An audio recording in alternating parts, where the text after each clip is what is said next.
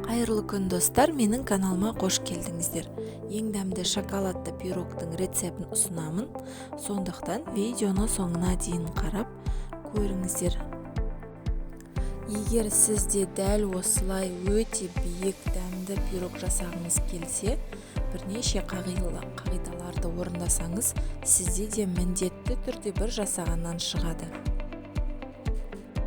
Осындай өте дәмді рецептерді жіберіп алмас үшін, достар, менің каналыма жазылып, қоңырауша белгісін басып қоюды ұмытпаңыздар. Ең алдымен барлық заттарды дайындап аламыз. Ең бірінші қағида ол бөлме температурасында болу керек. 4 жұмыртқа, 300 грамм қант, 250 грамм май, 250 грамм айран, 450 грамм ұн, 12 грамм разрыхлитель және 30 грамм какао керек. Ендеше пирог жасауымызды бастайық. Ең бірінші тап-таза ешқандай майы жоқ құрғақ ыдысқа жұмыртқамызды және шекерімізді салып, жақсылап миксердің көмегімен араластырамыз. Егер пирогыңыз өте биік болып шықсын десеңіз, жұмыртқа мен қантты өте жақсы араластыру керек. Осындай аппақ болып көпіргенше араластырасыз. Және жылы айранымызды құйып, оның үстіне еріп тұрған жылы майымызды саламыз. Енді осының барлығын жақсылап миксердің көмегімен араластырып аламыз.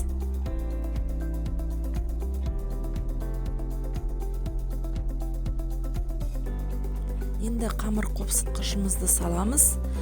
Достар, қамыр қопсытқыштың орнына сода пайдалануға болмайды. Және өте сапалы какаомызды саламыз. Барлығын жақсылап араластырып аламыз.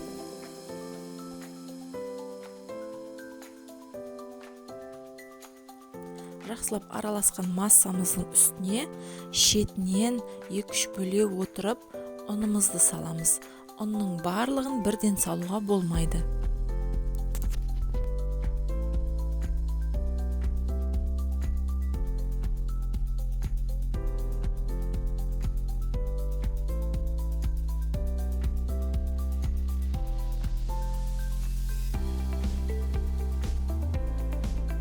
Міне достар, біздің пирогымыздың тестасы дайын. Осындай өте қою қаймақ тәріздес болып шығады.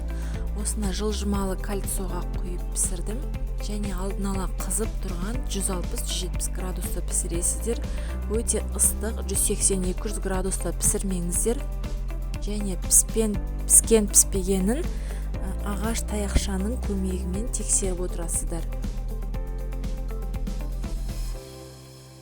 Және пештің бетін 20-30 минут өткеннен соң барып ашу керек. Қайта-қайта аша беруге болмайды.